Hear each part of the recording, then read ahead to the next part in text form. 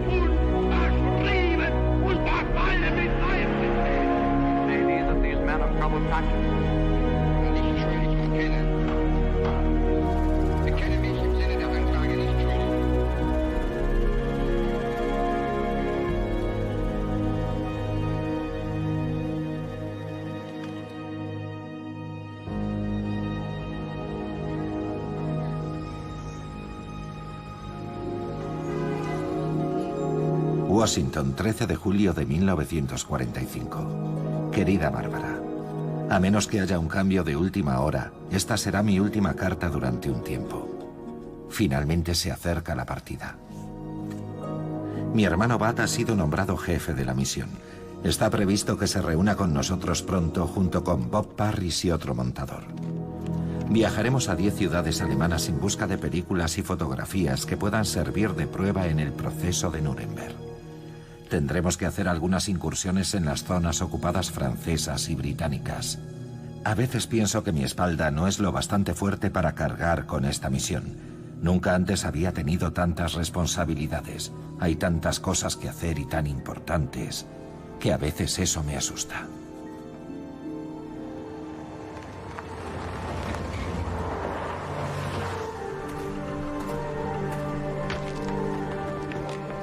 La guerra ha terminado. El mundo entra en una nueva era al ritmo de las discusiones entre los vencedores. Acordar un castigo que imponer a los criminales de guerra nazis es el objetivo de varias reuniones al más alto nivel, al final de las cuales se decide organizar un gran proceso en la misma Alemania, en la ciudad de Nuremberg. Las modalidades de este proceso sin precedentes que marcará un hito en la historia se discuten en Londres en junio de 1945. Al mismo tiempo, a miles de kilómetros de distancia en Estados Unidos, dos jóvenes soldados, dos hermanos, se preparan para vivir una aventura que les marcará de por vida. El más joven, Stuart Sulber, que escribe prácticamente todos los días a su esposa, solo tiene 23 años. Bud Sulber, su hermano de 31, es teniente de la Armada. Jóvenes idealistas son la imagen de este nuevo mundo nacido de los escombros de la Segunda Guerra Mundial. Ambos han aceptado una misión especial: encontrar y reunir los archivos de los crímenes nazis. Películas y fotografías que servirán de pruebas contra los 24 altos cargos del régimen que serán juzgados a mediados de septiembre en el proceso de Nuremberg. El gran director de cine John Ford les confía personalmente esta misión. Ford dirigía entonces la Unidad Fotográfica de Campo, una unidad especial de la OSS, el servicio de inteligencia estadounidense responsable de toda la documentación visual de la guerra. La mayor parte de sus hombres son reclutados entre los cineastas y técnicos de Hollywood, donde el apellido Sulber es célebre. El padre de Stuart y de Bud era uno de los directivos de la Paramount. Estamos a principios del verano de 1945. Eso les deja 3 meses. 3 meses para reunir las pruebas visuales del mayor crimen de todos los tiempos y poner así los cimientos de nuestra memoria colectiva de este periodo histórico. Aunque los documentos reunidos por los Sulber y presentados en el proceso de Nuremberg son hoy famosos, apenas queda rastro de su misión.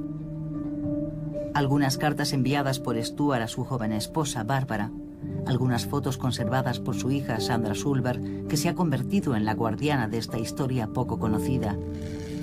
A lo largo de nuestra investigación hemos descubierto estas imágenes, las únicas que han sobrevivido de la misión Sulber. En el centro, Stuart, el menor de los dos hermanos. Sandra las ve por primera vez. Es un hallazgo extraordinario.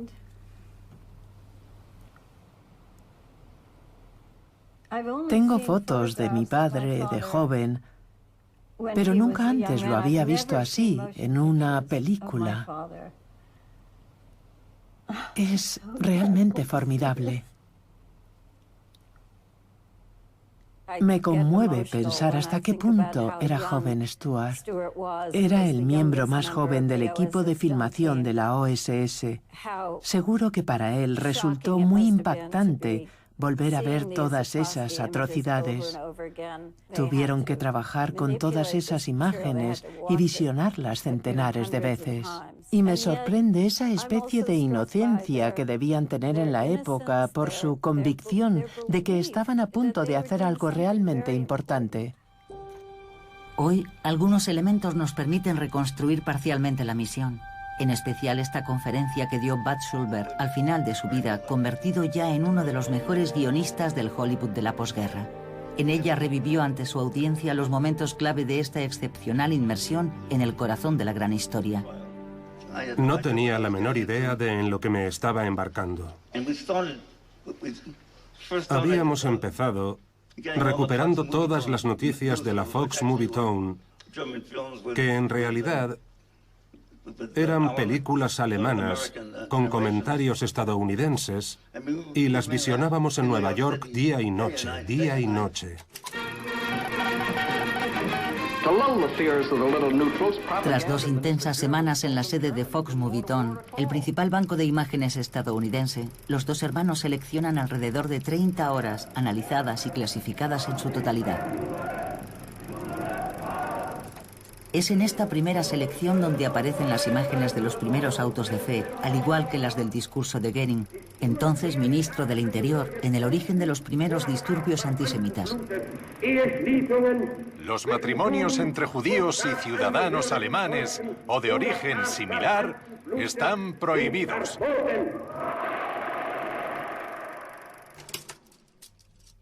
El proceso debía comenzar el 15 de septiembre.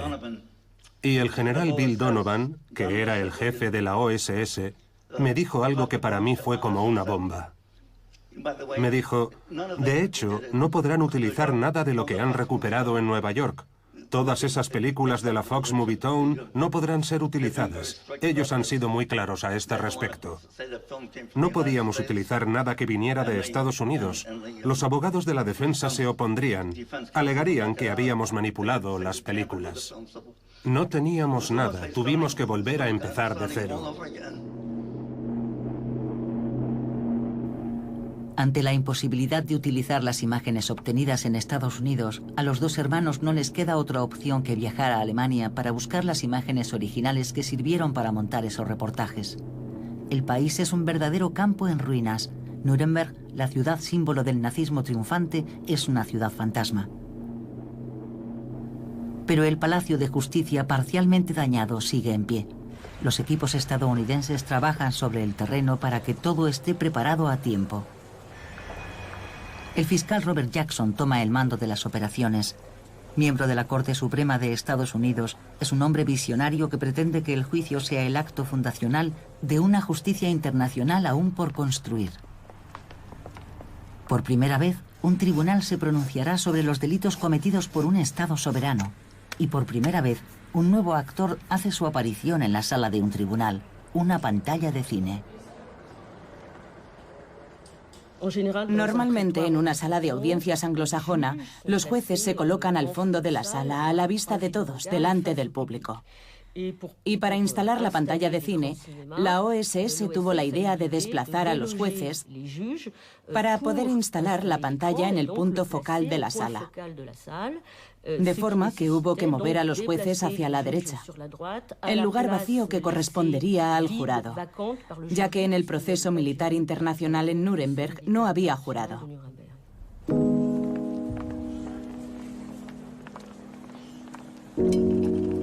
16 de julio de 1945. Querida, te escribo desde Alemania. Resulta extraño estar aquí y caminar por estas ciudades nazis en ruinas. Todo está destruido, como si se hubieran desenterrado los cimientos de una ciudad antigua. Los niños corren y juegan en medio de las ruinas y nos piden chocolate. Los soldados alemanes con los que nos cruzamos, con sus petates y uniformes raídos, están exhaustos, sucios. Sentimos que evitan nuestra mirada. La gente aquí nos odia, de eso no hay duda. No va a ser fácil convertirlos a la democracia con buenas palabras. Para ellos, eso solo es propaganda estadounidense.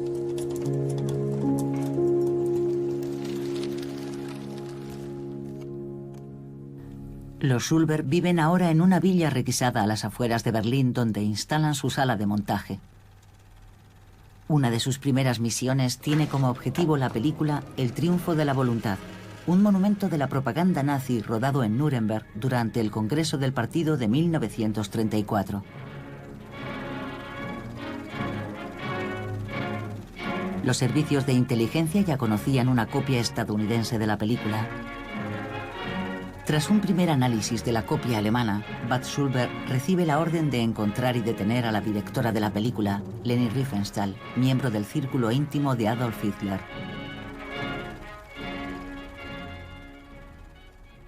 Las imágenes de los mítines del partido nos interesaban por dos razones. Primero, por lo que se decía en esas reuniones, y después, por la presencia de ciertas personas, ya que su sola presencia en el acto los acusaba. Algunos nos decían que eran simples funcionarios, que no estaban afiliados al partido nazi, y los veíamos ahí con sus insignias, etc. Y Leni Riefenstahl nos ayudó a identificar a muchas personas.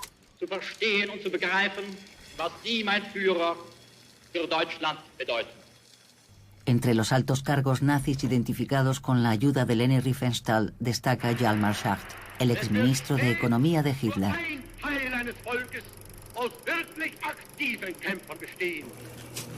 Aunque dijo a los investigadores estadounidenses que él nunca había apoyado el nazismo, las imágenes de su presencia entre los dirigentes nazis demuestran lo contrario.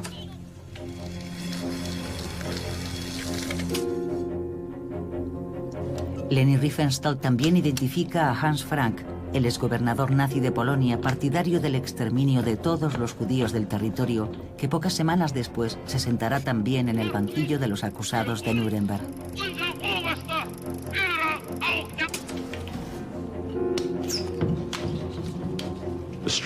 La estrategia de los fiscales en Nuremberg era conseguir condenar a los acusados basándose en sus propias declaraciones y en las grabaciones que ellos mismos habían hecho de sus actos criminales.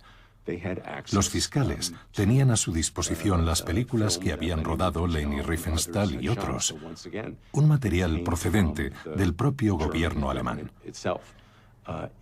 Y nadie podía decir que esas películas habían sido manipuladas o incluso alteradas por un montaje tendencioso. Era la presentación que los mismos alemanes habían hecho de sus propias acciones. Película filmada en 8 milímetros por los alemanes durante el pogromo de Lviv, Ucrania, en junio de 1941, en el que murieron cerca de 4.000 víctimas.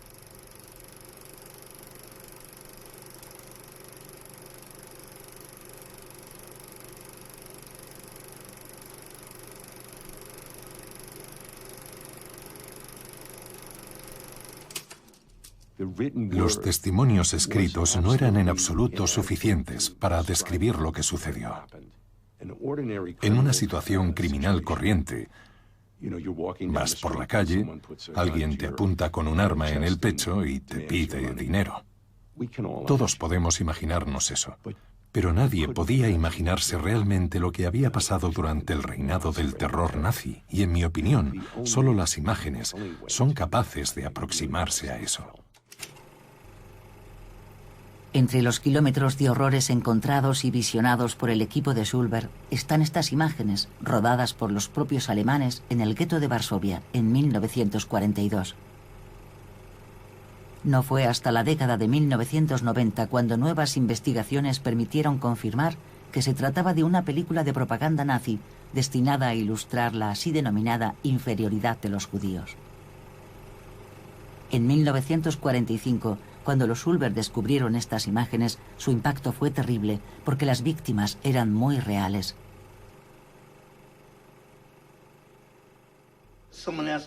Alguien me preguntó, ¿qué es la cosa más horrible entre todas las cosas horribles que has visto?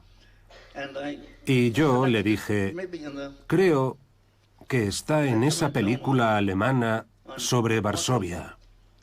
Se ven fosas donde están enterrados esos pobres cuerpos consumidos y vemos a un cámara alemán abajo, dentro de la fosa, filmando un contrapicado de los cuerpos flacos y desnudos que caen delante de él. Estaba haciendo eso. Esas no son imágenes tomadas por el bando contrario, son de ellos. Filmaban lo que estaban haciendo, incluyendo imágenes increíbles, en fin, de mujeres y niños tirados así, delante de los ojos del cámara. Pensar que ese hombre estaba filmando eso como un trabajo cualquiera es... Esas imágenes me han perseguido toda la vida.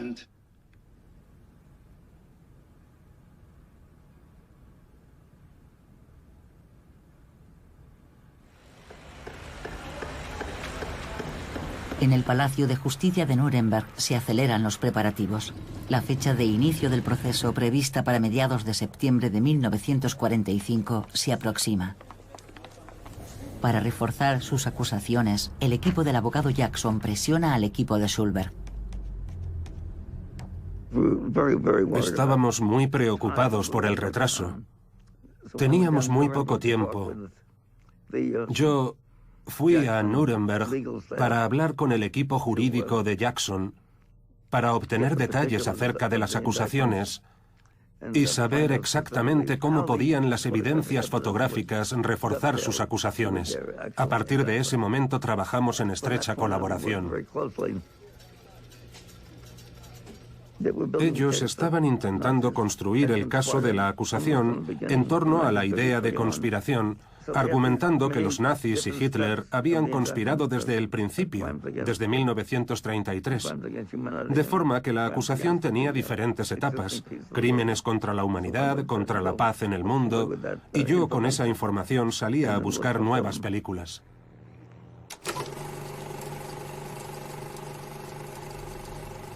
En el cortometraje rodado entonces sobre la misión Schulberg aparece esta secuencia que reconstruye el trabajo de la búsqueda de imágenes de los crímenes nazis. El montaje es algo burdo y las situaciones apenas parecen creíbles. Sin embargo, esta escena sucedió en realidad.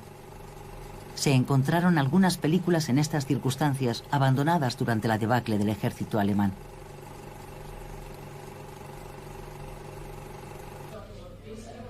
Con el caso de la Fiscalía aún lejos de estar preparado, en el equipo estadounidense surgen diferencias de opinión ante la estrategia de Jackson de basarlo todo en los documentos nazis en detrimento de los testimonios de los testigos. Estas diferencias, además del tiempo limitado del que disponen, complican aún más la tarea de los Schulberg. Ayer pude hacer otro envío a Londres. Documentos secretos de las SS, películas y fotos. Pronto volveré sobre el terreno para proseguir con la investigación. Si al menos pudiéramos liberarnos de todo el papeleo burocrático que solo retrasa nuestro trabajo. Cada segundo perdido es una posibilidad menos de encontrar lo que buscamos. Esta noche estoy un poco desanimado, porque, por decirlo claramente, esto es un desastre. Normalmente no me importaría, pero esta misión es crucial. Nuestros mandos confían en nosotros, pero si esto sigue así, la misión más importante que ha tenido que realizar nunca la unidad fotográfica de campo puede acabar en un enorme fracaso.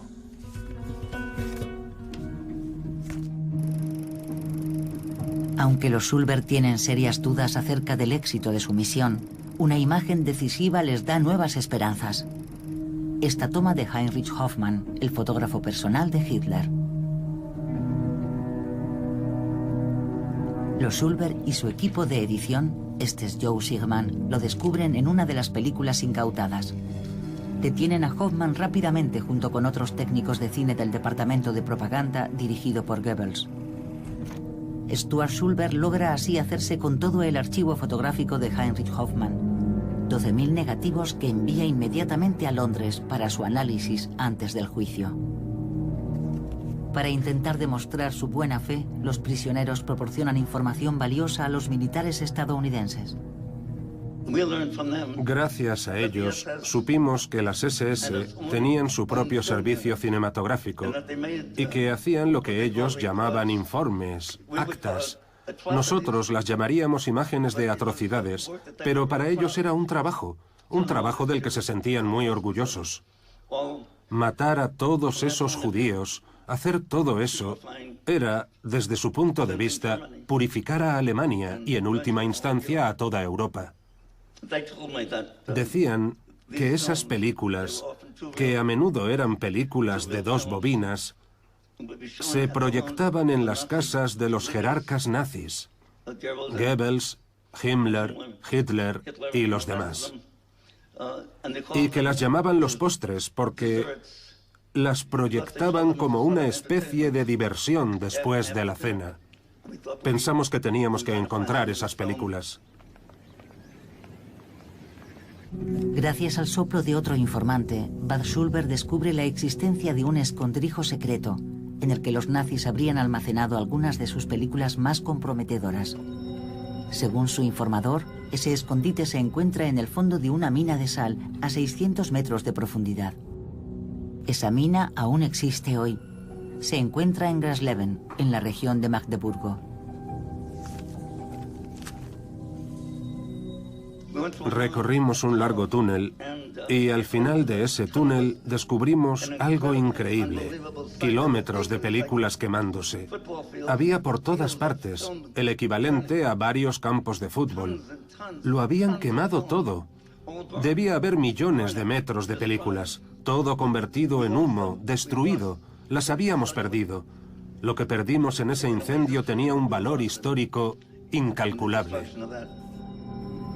Cuando descubre la existencia de otro almacén secreto en Rudersdorf, cerca de Berlín, Bad corre hasta allí con la esperanza de hacerse con las películas intactas, pero es demasiado tarde. De nuevo, acaban de incendiar el almacén. Como mínimo, podemos decir que todos esos incendios que se produjeron en un espacio de tiempo muy corto fueron una coincidencia extraordinaria. Es probable que existiera una política de destrucción sistemática de las películas que podían ser utilizadas por la acusación.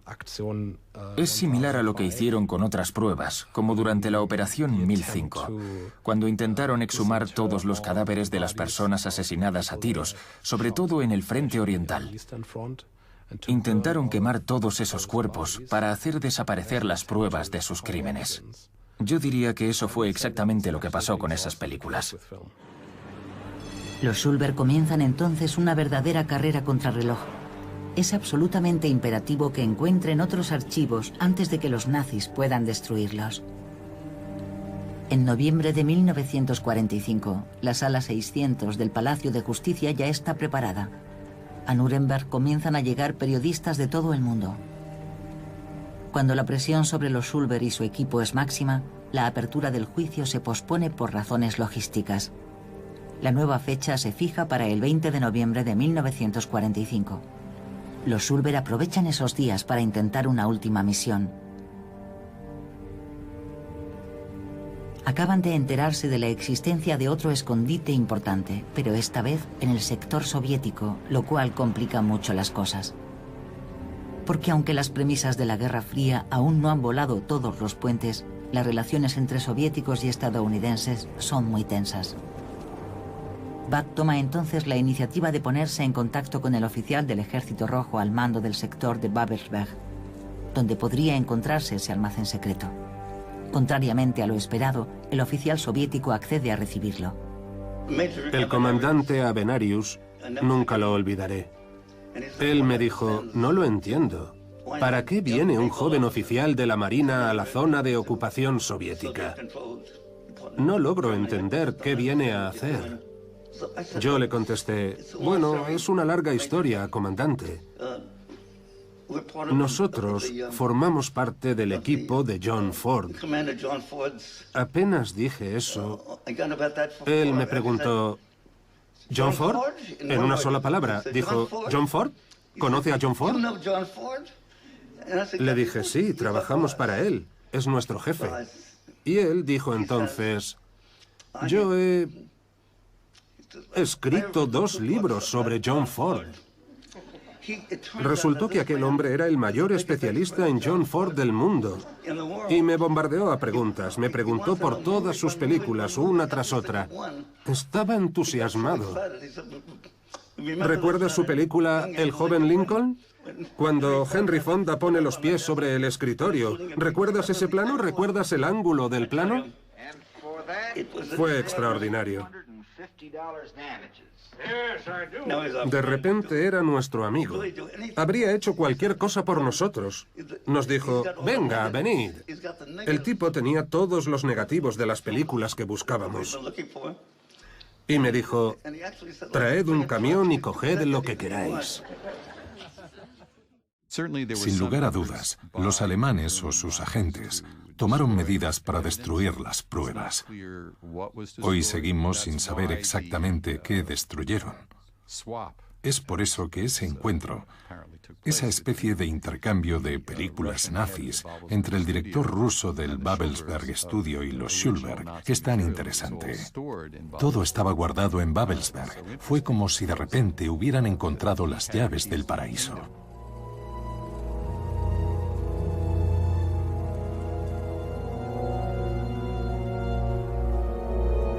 En esta lista enviada por Bad Schulberg a sus superiores hay una serie de documentos que su nuevo amigo, el comandante Avenarius, había aceptado entregarle.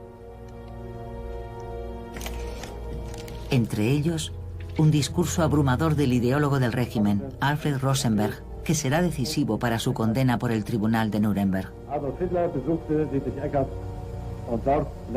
Otras imágenes tendrán un valor inestimable para mostrar la política de terror ejercida por los nazis durante su conquista del poder, demostrando de manera determinante la acusación de conspiración y de premeditación contra los acusados de Nuremberg. Todos han sido trasladados ya a los sótanos del Palacio de Justicia, donde aguardan la apertura inminente del proceso. Uno de los acusados, Robert Ley, se suicida pocos días antes, y los prisioneros ahora son vigilados las 24 horas del día.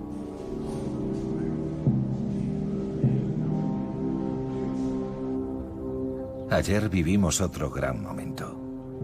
Rudolf Hess, uno de los acusados, fue conducido hasta nuestra sala de proyección para que visionara imágenes suyas y de otros altos cargos del régimen nazi, vociferando y gritando su propaganda. Hess finge tener amnesia, con la esperanza de poder escapar así de la justicia. Nos acompañaba el equipo de psiquiatras que lo había estado observando desde que llegó aquí. Todos esperaban acorralarlo buscando una señal, algo que les permitiese demostrar que estaba fingiendo. Pues bien, si estaba fingiendo fue un fracaso total. Hess lo hizo extraordinariamente bien, logrando que su amnesia resultara completamente creíble.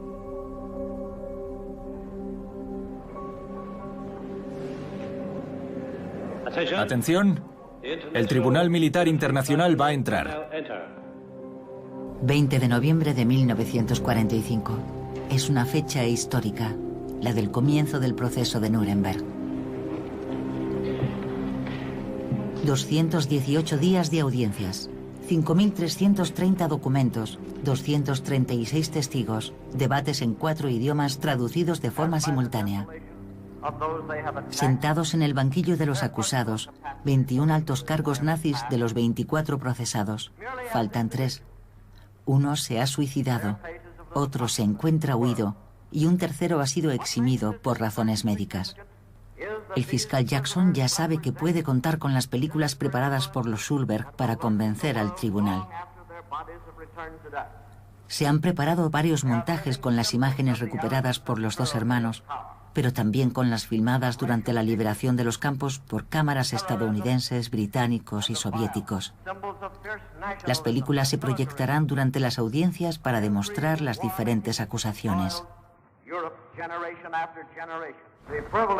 El privilegio de abrir la primera audiencia del proceso por los crímenes contra la paz mundial conlleva una gran responsabilidad. A menudo, los acusados fueron fotografiados durante sus actos. Vamos a mostrarles sus propias películas. Verán la forma en la que se conducían y oirán sus propias voces y revivirán en la pantalla algunos hechos de sus conspiraciones. La verdadera acusación aquí es la civilización. Jackson explicó que iba a mostrar las películas nazis precisamente porque los dignatarios, los acusados, habían tenido la vanidad de hacerse filmar a menudo, demostrando así, de forma muy precisa, que el tribunal iba a oír las palabras de los acusados y que verían revivir en la pantalla ciertos episodios del complot, del plan concertado. Así que se puede decir que el fiscal Jackson se imaginaba un poco las películas como una especie de reconstrucción judicial por pantalla interpuesta. El fiscal Jackson insiste en que el juicio debe filmarse.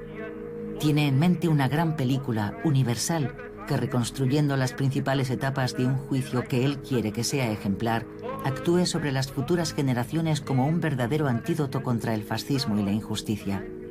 Jackson obviamente se dirige a Bud Schulberg para que sea el realizador, pero Bud, impaciente por volver a sus proyectos personales de escritura, tiene la intención de volver a Nueva York. Será su hermano menor, Stuart, quien se volcará entonces en esa tarea: dirigir la primera gran película sobre el proceso, una película que será la matriz de todas las que la sucedan en la historia. La tarea no va a resultar sencilla. Las cámaras y las grabadoras de sonido de la época son aparatos voluminosos y ruidosos, y varios jueces consideran que su presencia podría comprometer la serenidad de los debates. En consecuencia, los equipos deberán permanecer la mayor parte del tiempo aislados detrás de paredes acristaladas en lugares especialmente acondicionados para ellos. Básicamente eran tres. La caja de cristal, que se encontraba a la izquierda de los jueces y que permitía registrar el sonido de manera sincrónica con la imagen.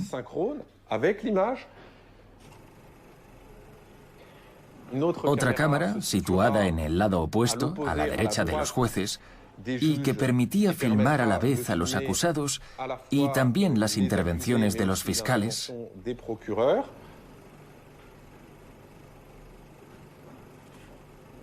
Y por último, había una tercera cámara en la sala de los radiooperadores que permitía grabar imagen y sonido. Und zwar in Funktion. Diese Bekundungen sind falsch. 400 periodistas llegados de todo el mundo están presentes en la sala, pero ante el tono tedioso de ciertos debates ralentizados por las traducciones simultáneas, poco a poco la prensa parece empezar a perder el interés. El fiscal Jackson decide entonces adelantar unos días la fecha prevista inicialmente para proyectar la primera película sobre las atrocidades nazis. Stuart Schulberg hace las últimas pruebas de iluminación. Para Jackson es crucial poder filmar la reacción de los acusados ante las imágenes de sus crímenes.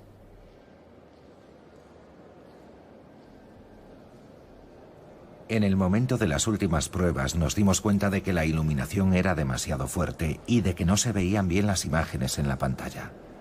Y entonces decidimos cubrir con una cinta adhesiva los tubos de neón que habíamos colocado a los pies de los acusados. Eran más de las 9 en punto.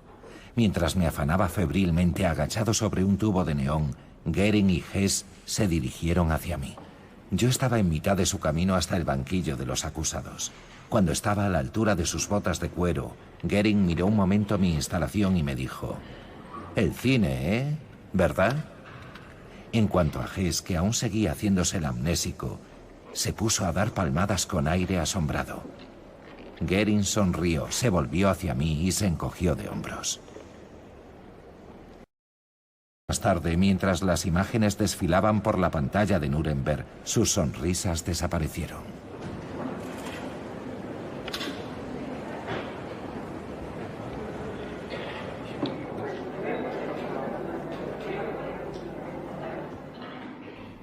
Si el tribunal está de acuerdo, procederemos a proyectar la película. La primera película preparada por el equipo de Schulberg se proyecta el 29 de noviembre de 1945. Es un montaje de 1 hora realizado con las imágenes filmadas por los aliados durante la liberación de los campos de concentración. Los campos de concentración nazis. Estas son las ubicaciones de los campos de detención y concentración más grandes en Alemania y en la Europa ocupada por los nazis. Este reportaje, que muestra un grupo representativo de esos campos, muestra las condiciones generales que allí reinaban.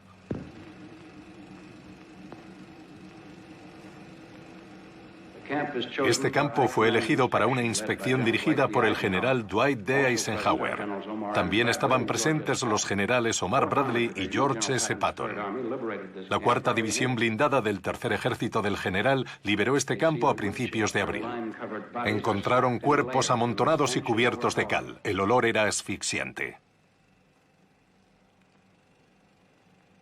Enseguida constataron el horror de los crematorios en medio de una maraña de vías de tren. Sobre esa parrilla aún estaban los restos calcinados de los prisioneros. Yo tenía 21 o 22 años. Obviamente fue bastante impresionante. Las imágenes del horror. Eso fue al principio del juicio. Aquello provocó una conmoción considerable incluso entre los acusados, que ya no podían decir que eso nunca había pasado. Las imágenes de los cadáveres arrastrados por excavadoras, etc., eran abominables. Provocó una gran conmoción. Causaron un auténtico shock. Incluso entre los acusados, que decían, no lo sabíamos. Tuvieron que enfrentarse a aquel horror. Fue un buen movimiento por parte de Jackson mostrar aquellas imágenes horribles al inicio del juicio.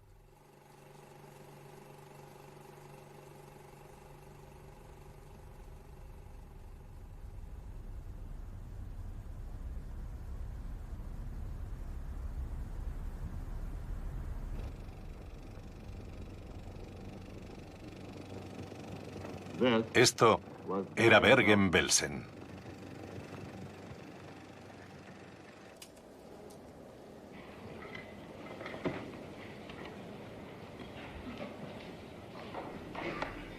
Cuando las luces se encendieron, como toda la sala, yo miré a los 21 acusados. Keitel se secaba las lágrimas. Ribbentrop, el elegante diplomático que tenía respuestas para todo, se miraba los pies y asentía lentamente con la cabeza. Raeder y Dönitz, los dos oficiales superiores, miraban inexpresivos al vacío. Rosenberg apoyaba la cabeza sobre la mesa delante de él. E incluso Goering, que hasta entonces había estado riéndose y lanzando guiños y sonrisas a sus colegas, parecía aturdido por fin, con la mandíbula caída. Pero la reacción más sorprendente fue la de Hans Frank, procesado por el asesinato de 5 millones de polacos. Mientras todos los acusados regresaban uno a uno a sus celdas, él permaneció inmóvil, sentado, hasta que un guardia vino para literalmente llevárselo a su celda.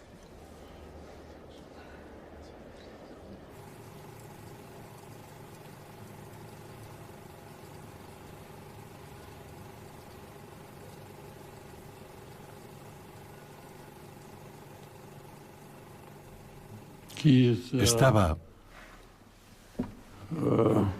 realmente conmovido, debo admitirlo. A punto de llorar.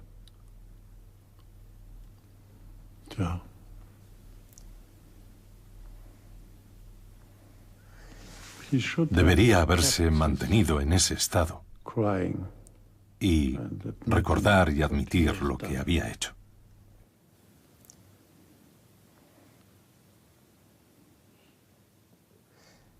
¿Cree que nunca habían visto esas imágenes? No puedo hablar por los demás, pero estoy seguro al 100% de que mi padre nunca había visto esas imágenes, porque él no quería verlas. Él sabía perfectamente lo que estaba pasando, lo que les ocurría a todas esas personas inocentes, pero verlos así en aquella sala, eso fue algo absolutamente nuevo para él. ¿Y piensa que sintió remordimientos? No, jamás. El día antes de su muerte, Escribió a su abogado, el señor Seidel, y a su esposa, mi madre. Él escribió: cuento con vosotros para que digáis la verdad sobre mí. Yo nunca fui un criminal. Increíble. Después de un año entero de proceso, con todas estas pruebas, con todas estas películas, las imágenes de Auschwitz, y después se atreve a decir eso. Eso es algo que nunca le perdonaré. Jamás.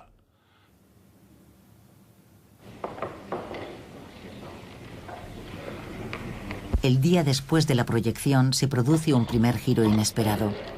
Rudolf Hess, que hasta entonces se había refugiado en su personaje amnésico, de repente pide autorización para leer una declaración. Señor presidente, a partir de ahora, mi memoria vuelve a estar disponible para el mundo exterior.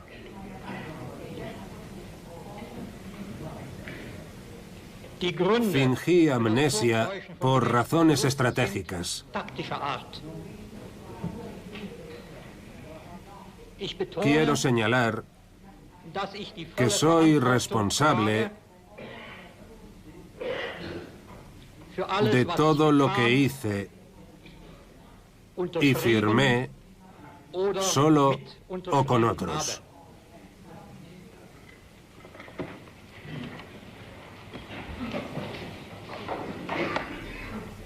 Pocos días después, el 11 de diciembre de 1945, la acusación presenta ante el tribunal la segunda película preparada por el equipo de Schulberg. Acaban de terminar de montarla. Con una duración de 3 horas y 15 minutos, el plan nazi fue elaborado a partir de documentos encontrados durante la misión de los dos hermanos. Esta película es esencial para demostrar la acusación de la guerra premeditada y de las atrocidades cometidas por los nazis. Más que ninguna otra película, el plan nazi ha forjado la memoria colectiva de aquel periodo.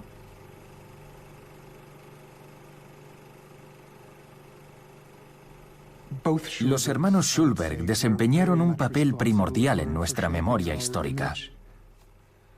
Incluso hoy, la mayoría de los documentales realizados sobre lo que llamamos el Tercer Reich utilizan imágenes recopiladas y seleccionadas para esta película.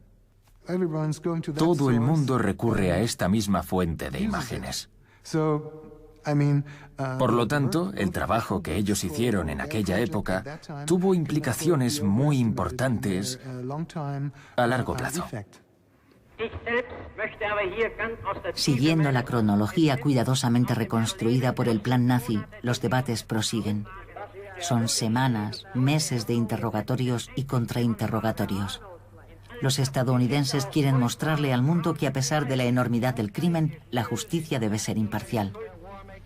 Ese es el objetivo principal de la película sobre el proceso, confiado al menor de los hermanos Schulberg. Pero para cumplir esta nueva misión tiene que enfrentarse a infinidad de obstáculos. Los jueces tomaron la decisión de permitir que se filmara el juicio, pero solo durante 35 horas. Y eso para un proceso que duró casi un año. De hecho, disponemos de unas 38 o 39 horas, porque algunas fases del juicio fueron filmadas por varias cámaras desde posiciones distintas.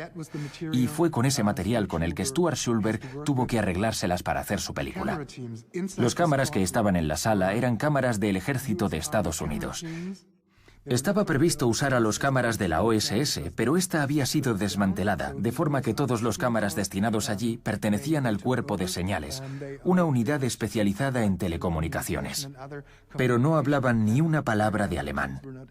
Y eso era un problema añadido. No entendían lo que estaba pasando, así que a veces filmaban y a veces no. A veces captaban algo importante y otras apagaban la cámara demasiado pronto. El resultado fue que el material con el que tuvo que trabajar Stuart Schulberg era de muy mala calidad.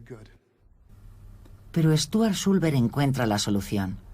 Todos los debates se grababan en discos de cera y con la ayuda de sus dos editores, Robert Parrish y Joe Sigman, Stuart emprende un trabajo colosal. Intenta aprovechar al máximo las pocas imágenes de las que dispone y jugar con las voces en off, es decir, montar el sonido con los planos de escucha de unos y de otros. De nuevo quiero insistir en que yo no sabía nada de las operaciones militares. Y si sabía algo era insignificante. Pero mientras Stuart Sulber batalla en la sala de montaje, los soviéticos, que también pretenden que el juicio forme parte de su relato nacional, dirigen su propio proyecto confiado al cámara y director Roman Karmen. La sala de justicia de Nuremberg se convierte en el lugar donde los dos aliados se posicionan frente a la historia, cada cual intentando presentarse como el gran vencedor del nazismo. En su combate por la primacía en la narración histórica, las imágenes van a jugar un papel primordial. Los soviéticos consiguen autorización para un día especial de rodaje fuera del juicio, en el que filman a los acusados instalándose en sus sitios como si fuera un día corriente de juicio. El director soviético Roman Karmen tiene un lugar privilegiado, lo que le permite asegurarse una serie de primeros planos que los estadounidenses nunca han podido filmar. Esos primeros planos, rodados por Roman Karmen, son de una eficacia dramática extraordinaria. Incluso hoy nos permiten percibir toda la intensidad de lo que está sucediendo en la sala. Como el 1 de octubre de 1946, el día del veredicto, leído por el presidente del tribunal, el juez Lawrence.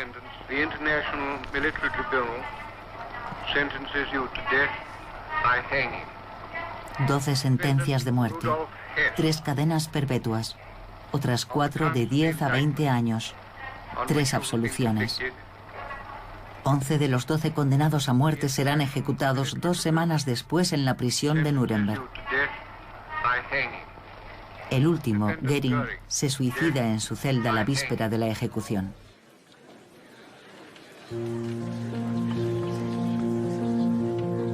Stuart Sulber tardó casi 1 año y medio en rodar su película dedicada al proceso. Las diferencias entre las autoridades estadounidenses sobre los objetivos de la película retrasaron considerablemente su trabajo. Tiene que escribir hasta 11 versiones sucesivas del guión antes de poder comenzar el montaje de la película. Pasan varios meses desde el final del juicio. Cuando se encuentra en pleno proceso de montaje de su película, el joven director logra hacerse con un documento filmado excepcional. Se lo hace llegar un vecino de Berlín que acaba de comprar la casa de un exalto jerarca nazi, Arthur Neve.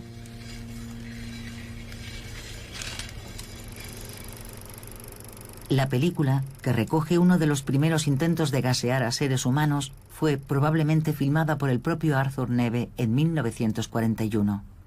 Las víctimas son pacientes de un manicomio de la región de Magilov, en Bielorrusia. Stuart Sulber escribió que ese era el único documento conocido hasta entonces que mostraba el crimen a punto de cometerse. Las imágenes no eran conocidas aún durante el proceso de Nuremberg, pero su importancia es tal que Stuart decide incorporarlas a su montaje.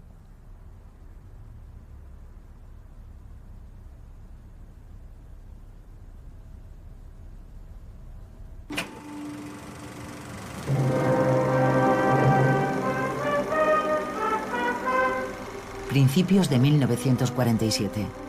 Mientras Stuart Sulber aún está lejos de haber terminado su película, El juicio de los pueblos, dirigida por Roman Karmen, ya está lista. Los soviéticos incluso se permiten el lujo de organizar su estreno en el centro de Nueva York, en Times Square. Los rojos derrotan a los yanquis. La prensa estadounidense ironiza sobre el retraso en la producción de la película americana. Un retraso provocado por las rivalidades entre Washington y las autoridades militares estadounidenses en Berlín. Una de las grandes batallas era saber si se trataba de una película destinada al público alemán o a un público internacional. Para el personal destinado en Berlín, integrado en el gobierno militar, la prioridad era que la película sirviera como una herramienta de desnazificación que sirviera para reeducar al pueblo alemán. Ellos querían mostrar la diferencia entre la justicia nazi y la justicia aliada. Por su parte, Stuart Sulber pensaba que no estaban haciendo solo una película para Alemania y que el proceso de Nuremberg era un hecho sin precedentes en la historia de la civilización, cuyas enseñanzas concernían al mundo entero y no solo a los alemanes. Navegando como pudo entre esas dos órdenes contradictorias, Stuart Sulber termina por fin su película a comienzos de 1948, un año después de la de Roman Carmen.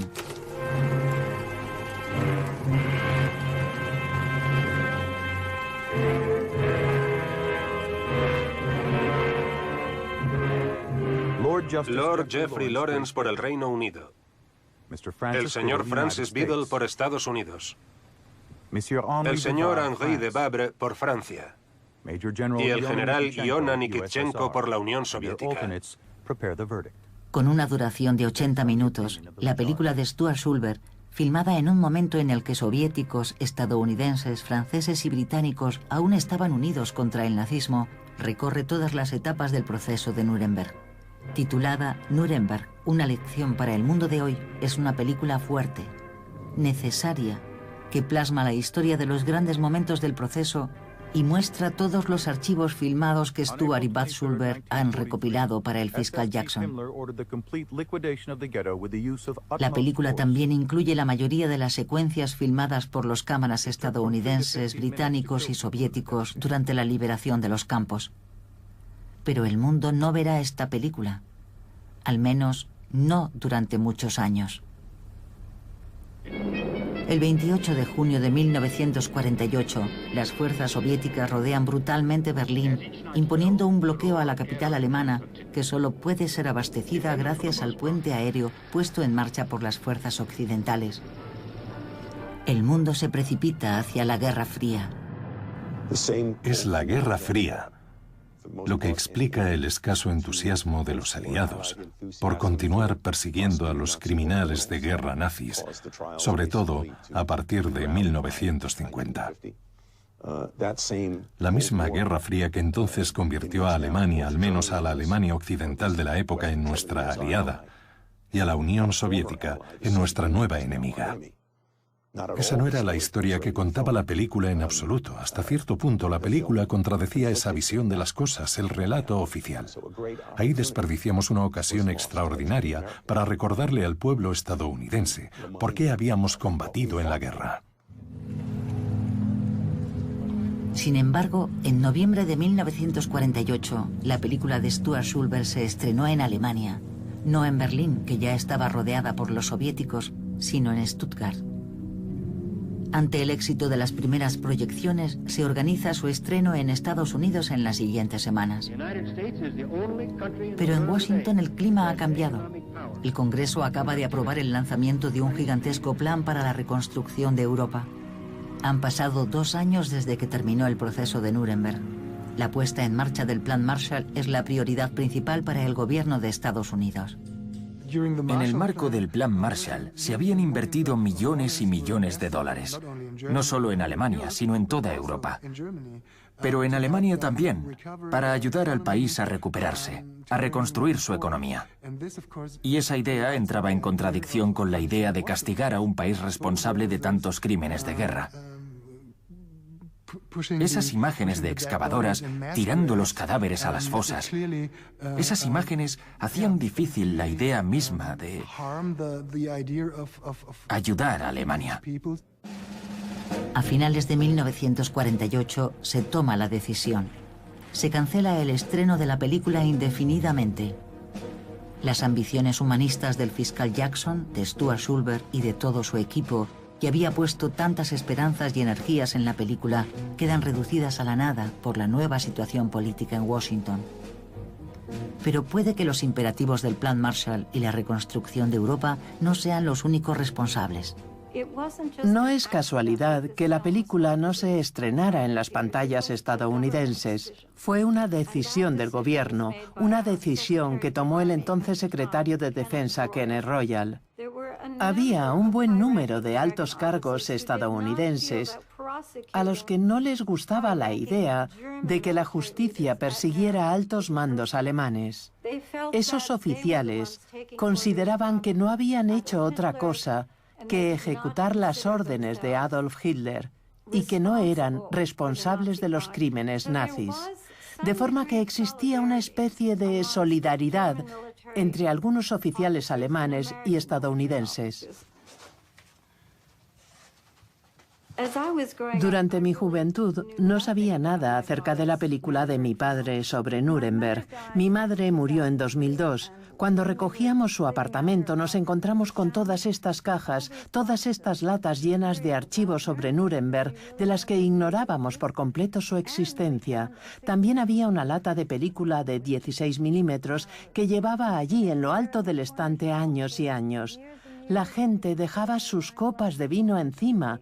Nunca nos dimos cuenta de que lo que estaba allí era la película. Y de repente, cuando encontramos todos estos documentos, todo se volvió como presente y nos empezamos a preguntar, ¿qué fue lo que pasó?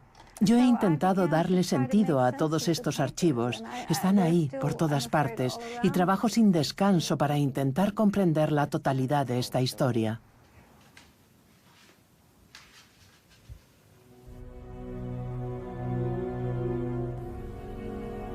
Durante casi 10 años, Sandra Schulberg ha realizado un trabajo colosal para restaurar la película de su padre. Tuvo que encontrar las bobinas, restaurar la imagen, que se había deteriorado bastante con el tiempo, así como el sonido, parte del cual se había perdido. Hoy la película está disponible en 13 idiomas y Sandra viaja por el mundo para proyectarla de nuevo. Gracias a ella, el trabajo de su padre ha podido por fin retomar su camino. Y su título, Nuremberg, una lección para el mundo de hoy, todo su significado.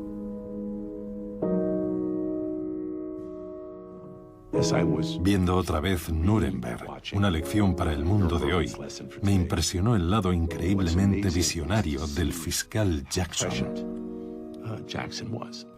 Trágicamente visionario, de hecho. Esto fue lo que dijo.